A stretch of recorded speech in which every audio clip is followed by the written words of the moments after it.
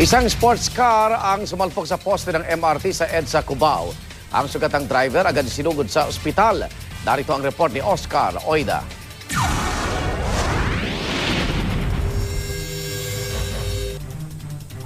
Halos maubos ang nguso ng sports car na ito sa lakas na pagkakasalpok sa poste ng MRT sa EDSA Cubao underpass southbound lane sa Quezon City.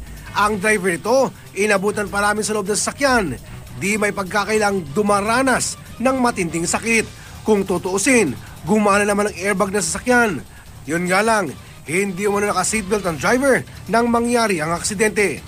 Meron po siyang tamang kanyang ribs, inirereklamo niya na kasi po hindi na po siya makahinga. Pasado nas 12 ng hating gabi, ayon sa mga saksi, nang biglaan na sumalpok ang sasakyan ng biktima sa isang poste ng MRT sa lugar. Ang bilis ng takbo niya, doon bumaga siya doon. Sa yung poste niyon. Poste, Oo. Tapos sumikot yung kotse. Sa lakas umano ng impact, makilang beses nagpaikot-ikot ang kotse bago humarap ng pasalubong sa mga kasunod na sasakyan. Buti na lang umano at wala itong kasabayan nang mangyari ang insidente.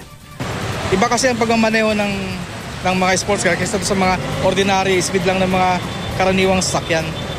So, i-practice natin yung kung hindi tayo sanay, huwag natin i-try yung masyadong mabilis.